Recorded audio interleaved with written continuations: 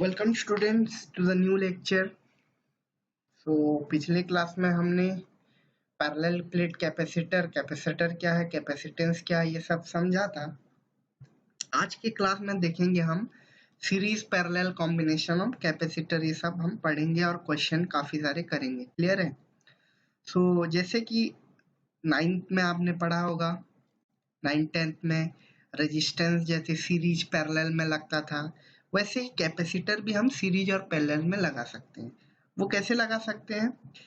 एक कैपेसिटर बनता है दो प्लेट से, एक में प्लस क्यू चार्ज होता है, दूसरा में minus Q. Similarly next plate में फिर वो कनेक्टेड रहता है दूसरे प्लेट से जिसमें प्लस क्यू चार्ज और माइनस क्यू चार्ज रहता है। सिमिलरली वो आगे से आगे आगे कनेक्टेड रहेगा। क्लियर है? यहाँ का जो प्लस चार्ज बनता है वो इंड्यूस करता है यहाँ पे माइनस और यहाँ पे माइनस दोनों तरफ, इसी हिसाब से ये अरेंज होता है। और ये एक टर्मिनल से कनेक्टेड रहते हैं, जो इनको चार्ज करता है वो डीसी टर्मिनल रहता है जो इनको चार्ज करता है, और वो सपोज V वोल्ट का है हम मान लिए। क्लियर है? सिमिलरली आपको पता होगा सीरीज कनेक्शन में जो voltage across each of the capacitor होगा वो अलग अलग होगा, क्योंकि वो सीरीज में है, लेकिन चार्ज जो होगा वो सेम होगा। जैसे रेजिस्टेंस में करंट सेम होता था लेकिन वोल्टेज अलग अलग होता था। क्लियर? यहाँ पे हम क्या लिख सकते हैं, जो V1 होगा अक्रॉस दिस कैपेसिटर वो होगा Q upon C1। Similarly V2 जो होगा सेकंड कैपेसिटर के अलॉन्ग वो Q बाय C2 होगा, थर्ड में Q बाय C3 होगा। क्लियर? ये आपको क्लियर हो गया। नेट वोल्टेज क्या होगा? V1 plus V2 plus V3 ये होगा, उसे हम Q by C1 plus Q by C2 plus Q by C3 लिख सकते हैं। और इस नेट वोल्टेज का कैपेसिटेंस जो होगा वो हम मान लेते हैं C, तो Q बाय C ये हम लिख सकते हैं equal to Q by C1 plus Q by C2 plus Q by C3। Q दोनों तरफ से कैंसिल हो जाएगा, तो 1 by C equal to 1 by C1 plus 1 by C2 plus 1 by C3। 1 by C1 क्या होता है, जो 1 बाय C1 C2 C3 जितने भी कैपेसिटर है उसी हिसाब से ये आएगा। दो कैपेसिटर होंगे, 1 बाय C क्या आएगा, 1 by C1 plus 1 by C2, तो आपका C निकल जाएगा, वो होगा C नेट। क्लियर है? सीरीज में होंगे तो उसको मिला के जो कैपेसिटेंस निकलेगा वो C होगा, ये नेट नेट लिख लेते हैं। क्लियर है? ये आपका आ गया सीरीज में। अब देखिए इस सीरीज में क्या होता है, जो वोल्टेज होता है वो अलग अलग होता है लेकिन चार्ज सेम होता है, और इसका जो कैपेसिटेंस आएगा C नेट वो लेस होगा इन सब तीनों में से जिसका सबसे कम हो, is less than the lowest capacitance of the capacitor. The C net will be lower than the lowest capacitance of any capacitor in the arrangement. Clear? C net सबसे कम आएगा। क्लियर है? तो हमको कम कैपेसिटेंस चाहिए, कैपेसिटर का अगर बड़ा हो कैपेसिटेंस किसी दूसरे का तो हम सीरीज में लगा देंगे। क्लियर? नोट कर लीजिए इसे।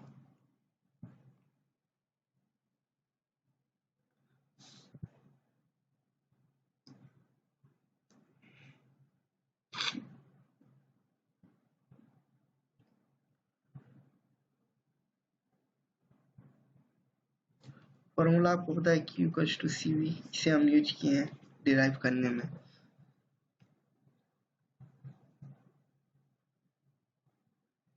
क्लियर? नोट हो गया?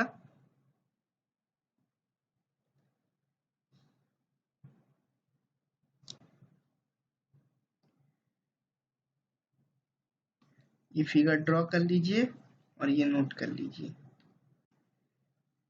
ये फिगर ड्रॉ करके नोट कर लीजिए, इरेज कर दीजिए, ड्रॉ कीजिए और ये नोट कीजिए।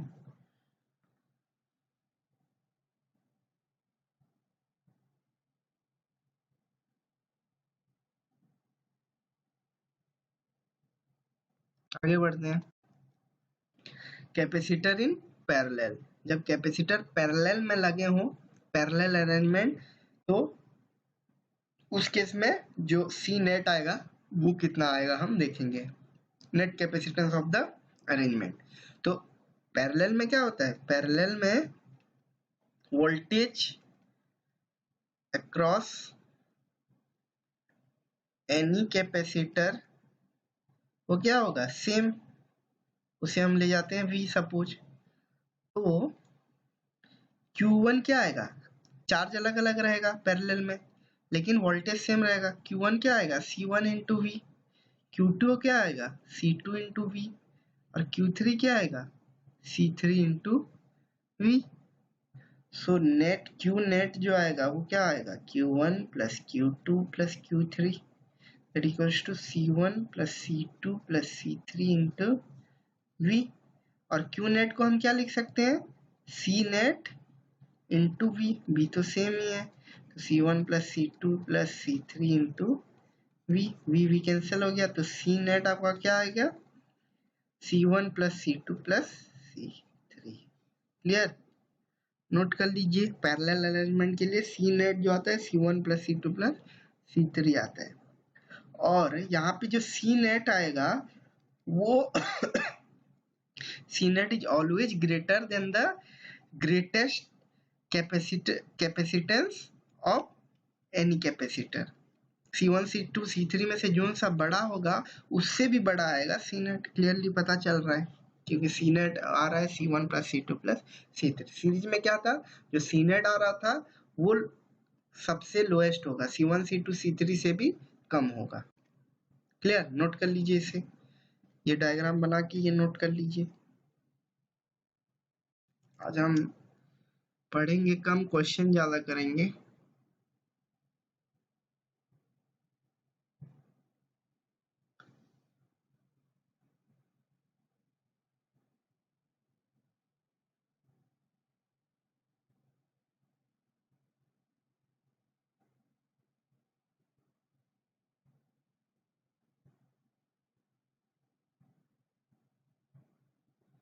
कर लीजिए नोट जल्दी।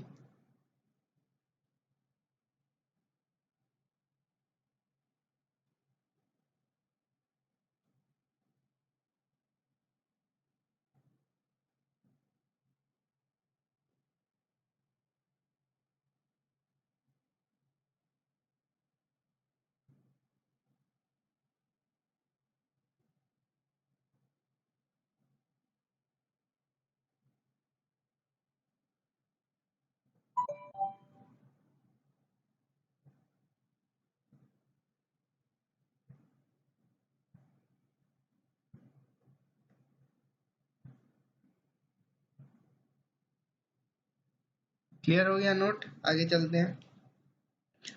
अब हम देखेंगे कि एक कैपेसिटर के एनर्जी अंदर एनर्जी कितना स्टोर रहता है।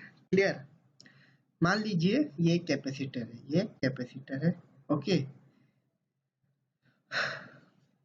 क्यू डैश चार्ज है इसमें और इसमें माइनस क्यू डैश इस प्लेट पे चार्ज है। तो हमने अभी क्या किया, जैसे आप जान सकते हैं इलेक्ट्रिक फील्ड किस तरफ रहेगा, इस तरफ, तो पोटेंशियल किस तरफ ज्यादा होगा, इस प्लेट का पोटेंशियल ज्यादा होगा या इस प्लेट का, इस प्लेट का। ऑब्वियसली जिस तरफ इलेक्ट्रिक फील्ड होता है उस तरफ पोटेंशियल डिक्रीज करता है, तो इस प्लेट का पोटेंशियल ज्यादा है, तो एक चार्ज को इधर से इधर लाने में, पॉजिटिव चार्ज को, हमको कुछ वर्क करना पड़ेगा। सो डी डब्ल्यू एक वर्क है जो हमें एक डी क्यू चार्ज को लाने के लिए यहाँ से यहाँ करना पड़ रहा है। वो कितना होगा, वी डैश, हमने पोटेंशियल ले लिया V dash, V dash into D Q dash. Clear, V dash क्या है, Q dash upon C into D Q dash, ये वर्क करना पड़ रहा है। तो वर्क कितना आएगा, इंटीग्रेट करेंगे हम 0 से क्यू, क्योंकि हमको जो वर्क करना पड़ेगा to take Q charge from this plate to this plate, वो होगा 0 से Q, Q dash by C D Q dash, तो 1 by C Q dash square by 2, 0 से क्यू, so 1 by C Q square minus 0 square by 2, तो ये आ गया Q square by 2c। Work done इतना करना पड़ रहा है, तो एनर्जी स्टोर भी Q²/2C होगा। क्लियर, समझ में आ गया ये। dq चार्ज को लाने के लिए कितना वर्क पड़ रहा है वो निकाले, फिर हम इंटीग्रेट किए 0 से q कि q चार्ज को ट्रांसफर करने में कितना वर्क डन लगेगा, वो हमारा आ गया Q²/2C। तो जो एनर्जी स्टोर होता है एक कैपेसिटर के अंदर वो होता है Q²/2C। क्लियर, नोट कर लीजिए इसे। इंटीग्रेशन आपको पता ही होगा, सर ने पढ़ाया होगा बेसिक मैथ्स में। क्लियर, नोट कर लीजिए इसे।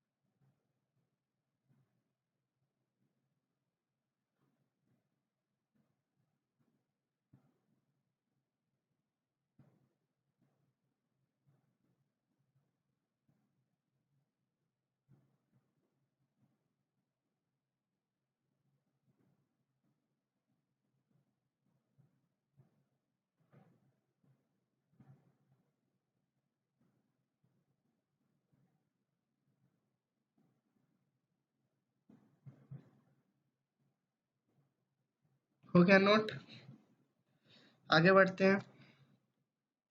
अब हम निकालेंगे energy density of A electric field. जो एनर्जी डेंसिटी होता है इलेक्ट्रिक फील्ड का वो कैपेसिटर के अंदर क्या होता है ये हम निकालेंगे।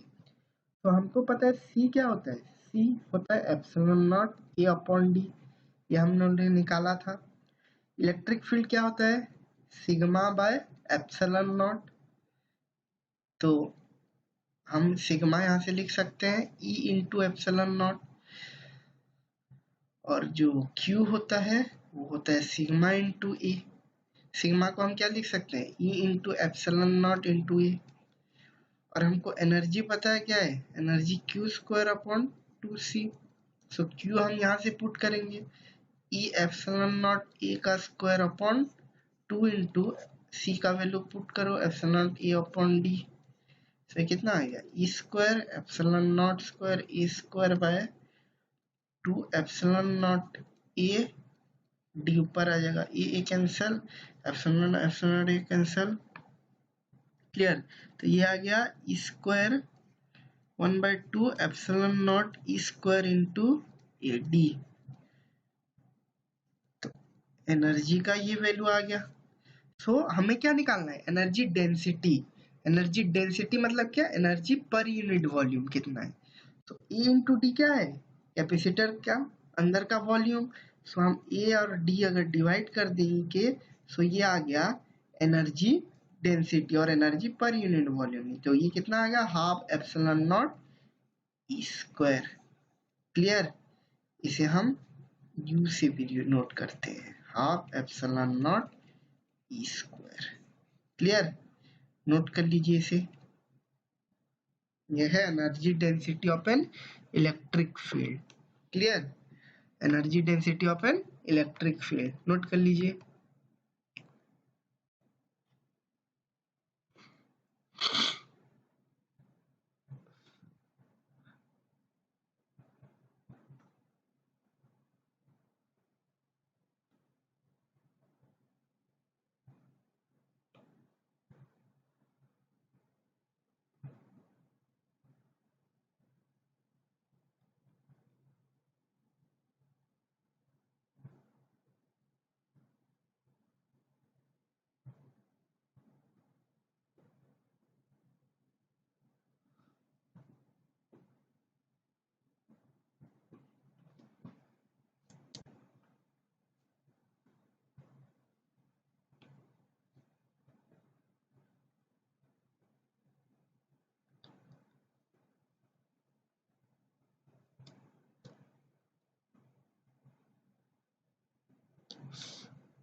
चलिए आगे बढ़ते हैं।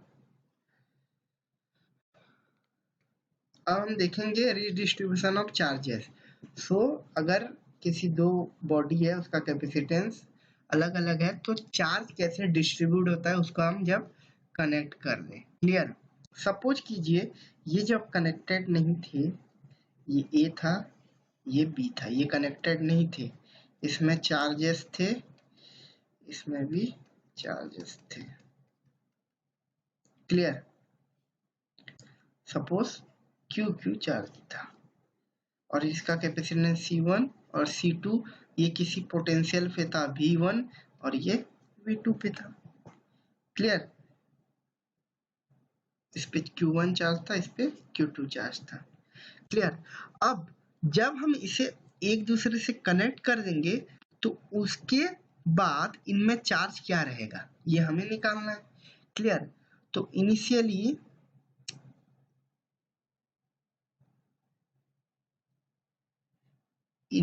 इसका पोटेंशियल था V1, इसका पोटेंशियल था V2। जब दोनों कनेक्ट हो जाएंगे तो ये दोनों सेम पोटेंशियल पे आ जाएंगे। इस पे आप एग्री करते हैं। जब ये कनेक्ट कर दिया तो इस पे सपोज Q1 डैश आ गया और इस पे Q2 डैश आ गया चार्ज, और पोटेंशियल तो सेम ही है, कैपेसिटेंस C1 और C2 ही रहेगा। क्लियर। तो पहले केस में Q1 जो आया जो V1 होगा वो Q1 बाय C1 होगा और Q2 V2 जो होगा वो Q2 बाय C2 होगा। क्लियर। अब इस केस में जो V आ रहा है वो आ रहा है Q1 डैश बाय C1 और V ये Q2 dash by C2। Clear. तो ये दोनों V इक्वल हैं तो Q1 dash by C1 equals to Q2 dash by C2, तो C1 by C2 equals to Q1 dash by Q2 dash. So जो charge distribute होगा वो उनके कैपेसिटेंस के रेशियो में डिस्ट्रीब्यूट हो जाएगा। ये हमें प्रूफ करना था। क्लियर। और कुछ चीज भी देखेंगे, पहले ये नोट कीजिए। इसमें हम प्रूफ किए कि जो चार्ज डिस्ट्रीब्यूट होगा वो उनके रेशियो जो होगा कैपेसिटेंस का, उसके रेशियो में चार्ज डिवाइड हो जाएगा। क्लियर। समझ में आ गया।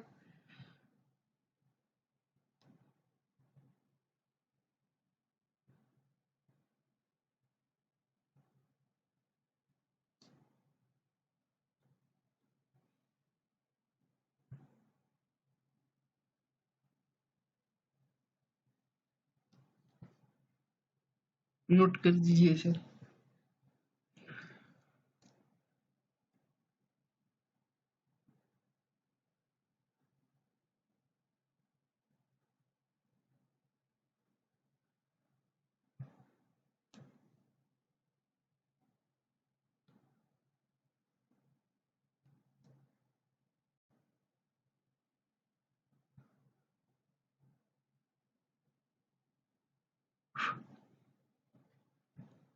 ये डायग्राम ड्रॉ कीजिए दोनों, उसके बाद ये नोट कीजिए।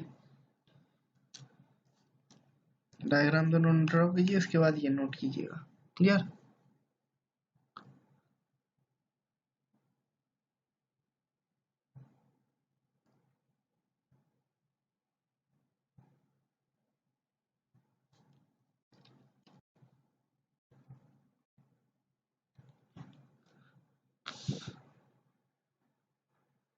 हो गया नोट। आगे बढ़ते हैं, कुछ चीज हम इधर अभी देखेंगे।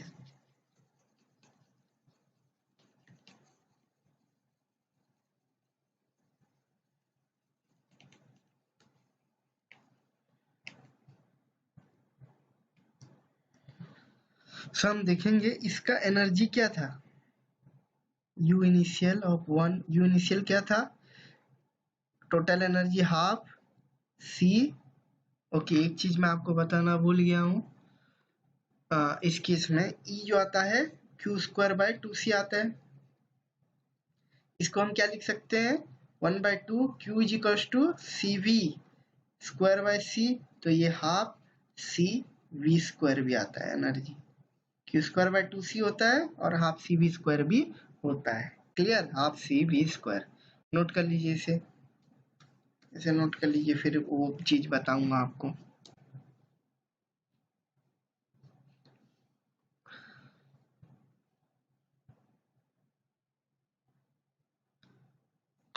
क्लियर, नोट हो गया। अभी देखिए, अब देखिए यहाँ पे इस इनिशियल एनर्जी सिस्टम का क्या है, इस बॉडी का चार्ज प्लस इस बॉडी का चार्ज, एनर्जी प्लस इस बॉडी का एनर्जी। इस बॉडी का एनर्जी क्या है, half C1 V1 square plus इसका क्या है, half C2 V2 square. Clear. अब जब दोनों ज्वाइन हो गए, Q1 प्लस Q2 जो रहेगा इनिशियली, वो Q1 dash plus Q2 dash, वो तो सेम ही रहेगा। क्लियर। सो अभी इसका V क्या होगा, इस सिस्टम का common V, total charge by total capacitance. Total charge क्या है, Q1 plus Q2 bye C1 plus C2, और इसे हम लिखें Q1 क्या है, C1 into V plus C2 into V by C1 plus C2।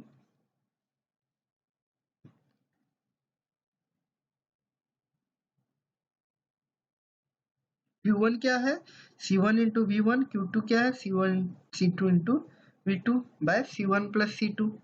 V आपका आ गया। Clear, common B। अब इसका एनर्जी क्या है, half into C1 V square plus half into C2 into V square.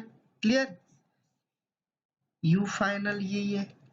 तो जो लॉस होगा एनर्जी में, लॉस होगा एनर्जी में, वो कितना होगा वो हम निकालेंगे। वो होगा U equals to U initial minus U final. U initial कितना है, half C1 V1 square plus half C2 V2 square minus half C1 plus C2 into V square.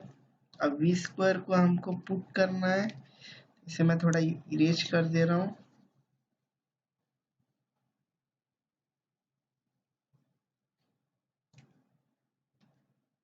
तो ये कितना आएगा, half C1 V1 square plus half C2 V2 square minus half C1 plus C2 into C1 V1 plus C2 V2 by C1 plus C2 का whole square. Clear, ये समझ में आ गया आपको।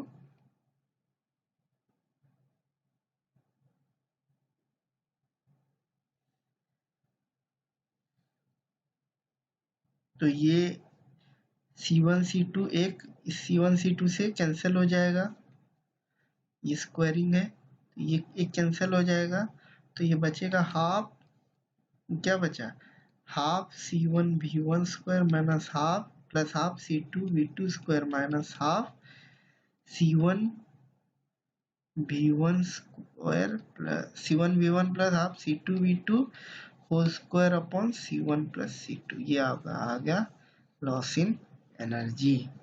क्लियर, समझ में आ गया, ये नोट कर लीजिए, ये एनर्जी के टर्म में हम निकाले आप। क्लियर, समझ में आ गया, ये नोट कर लीजिए तुरंत। तो कुछ क्वेश्चन देख रहा हूँ मैं, प्रैक्टिस करेंगे वो हम। Let me find.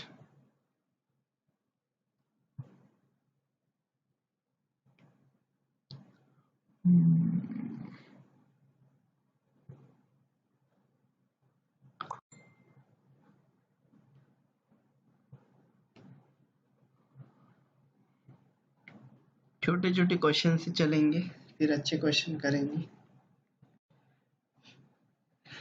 क्लियर, ये नोट हो गया। मैं कुछ स्लाइड ऐड कर रहा हूँ। ओके,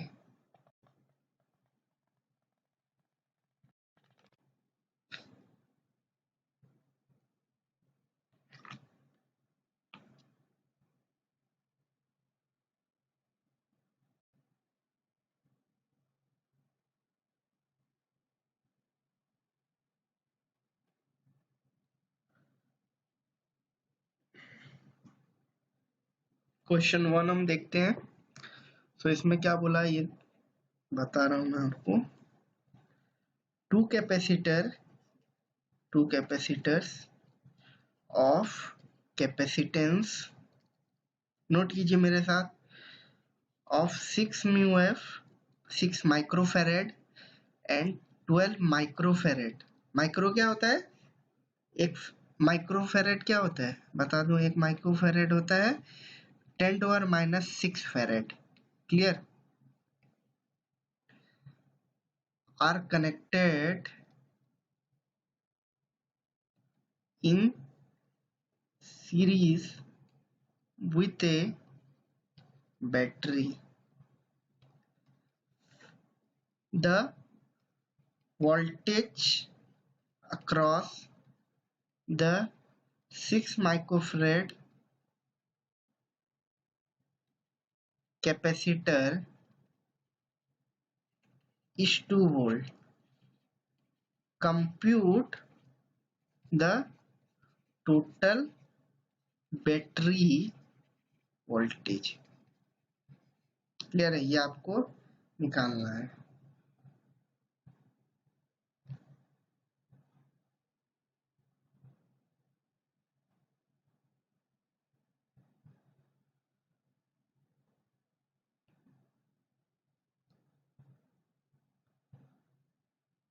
ये आपको निकालना है. निकालिए, टाइम दे रहा हूं आपको. चलिए छोड़िए, मैं पहले बता दे रहा हूं आपको. एक क्वेश्चन हो गया. दो capacitor 6 and 12 microfarad connected in series. Series में कनेक्टेड है. Clear? With A battery, battery लगा है इसका 6 mu F and 12 mu F. जो वोल्टेज अक्रॉस 6 म्यू एफ है, V1 जो है वो है 2 वोल्ट. V2 हमें नहीं पता. टोटल बैटरी वोल्टेज हमें निकालना है. क्लियर है? So Q equals to C into V. ये फॉर्मूला हमें पता है. ओके. Q दोनों में सेम है. सो इसमें जो Q होगा, इसमें क्या Q है? 6 into 2. So Q1 equals to C कितना है? 6 mu F into 2 volt. Okay. 12 microcoulomb. अब Q2 भी सेम ही होगा. इसके अक्रॉस कितना? 12 into x, that is equals to must be 12. वो 12 के साथ बराबर होना है Q1 के साथ. सो एक्स क्या आ जाएगा? 1 वोल्ट. तो V आ जाएगा, V2 आ जाएगा 1 वोल्ट. तो V नेट क्या आ जाएगा? V1 plus V2 that equals to 2 plus 1 equals to 3 volt. Clear? Note कर लीजिए इसे. नेक्स्ट क्वेश्चन कर रहे हैं फिर.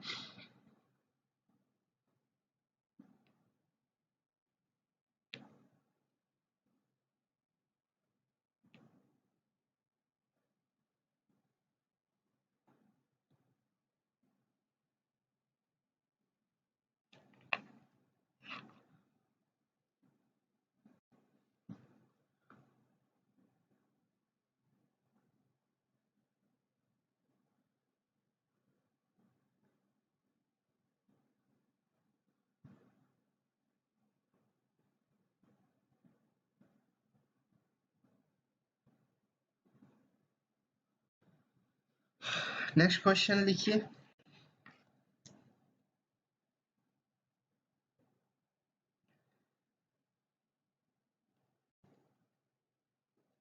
टू कैपेसिटर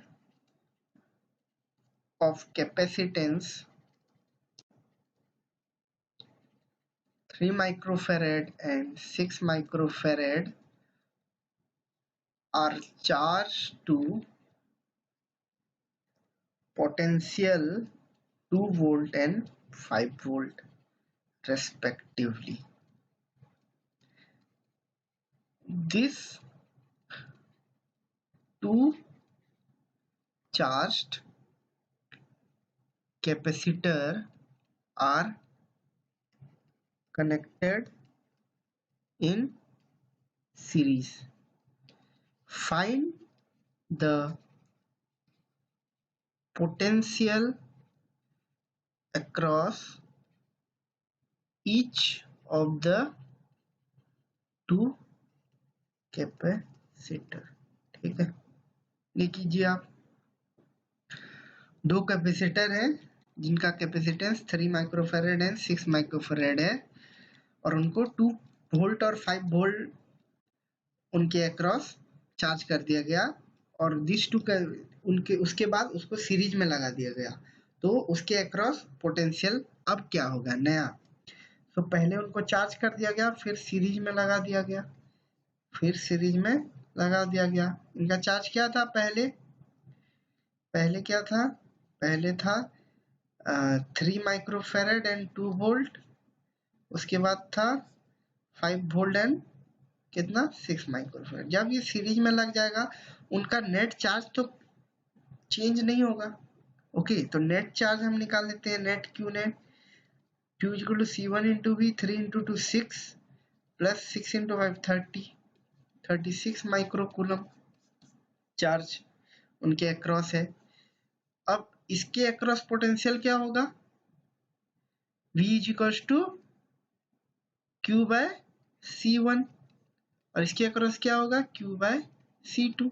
तो Q क्या है 36 बाय C1 कितना है 3, 12 वोल्ट पहले के अक्रॉस। सेकंड के across 36 upon 6 that equals to 6 volt second के अक्रॉस। क्लियर, ये आ गया आपका 12 वोल्ट, ये आ गया आपका 6 वोल्ट।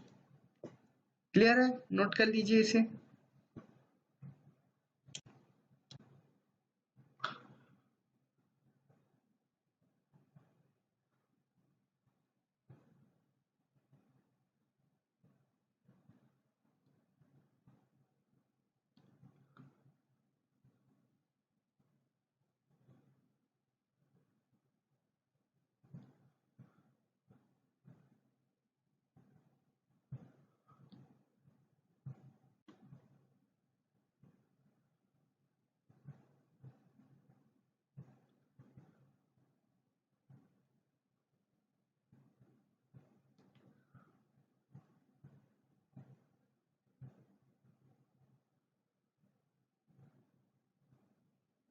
हो गया नोट।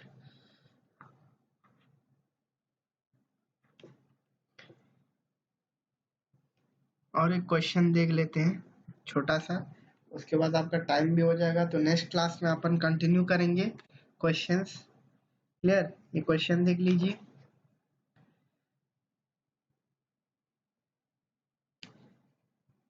थ्री कैपेसिटर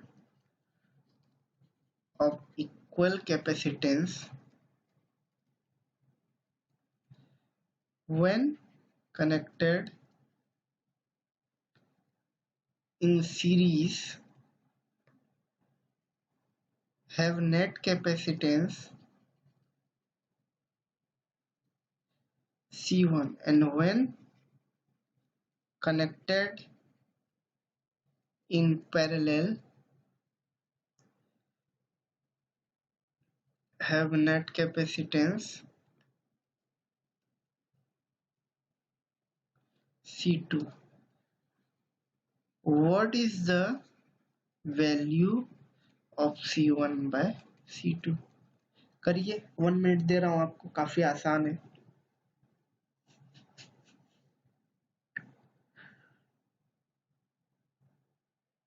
बता दूं बस, सीरीज में ऐसे कनेक्टेड रहेंगे 3 कैपेसिटर, वोल्टेज भी रहेगा कुछ, और पैरेलल में कैसे रहेगा,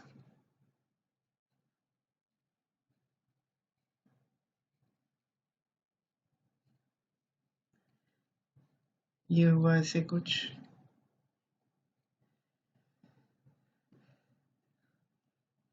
निकाल लीजिए।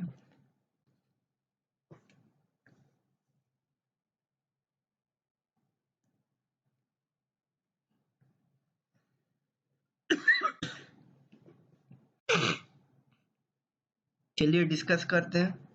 सी कैपेसिटेंस है, तो सीरीज में 1 बाय सी नेट क्या आ जाएगा, 1 by C plus 1 by C plus 1 by C. तो 1 बाय सी नेट क्या आ गया आपका 3 बाय सी, तो सी नेट आ गया आपका सी बाय 3। क्लियरली यहाँ पे देखिए, ये सी बाय 3 आ रहा है, ये सबसे लोएस्ट क्या है इसमें, सी उससे भी छोटा आ रहा है। पैरेलल में क्या आएगा, C net equals to C plus C plus C 3c। जो आपका नेट आ रहा है वो सबसे इनसे बड़ा है, सो C1 आपका है सी नेट, वो C/3 सीरीज में, C2 आपका पैरेलल में 3c, तो C1/C2 निकाल लीजिए, C/3/3c दैट इक्वल्स टू कितना आ गया आपका ये 1/9। क्लियर है, समझ में आ गया आपको, ये नोट कर लीजिए इसे।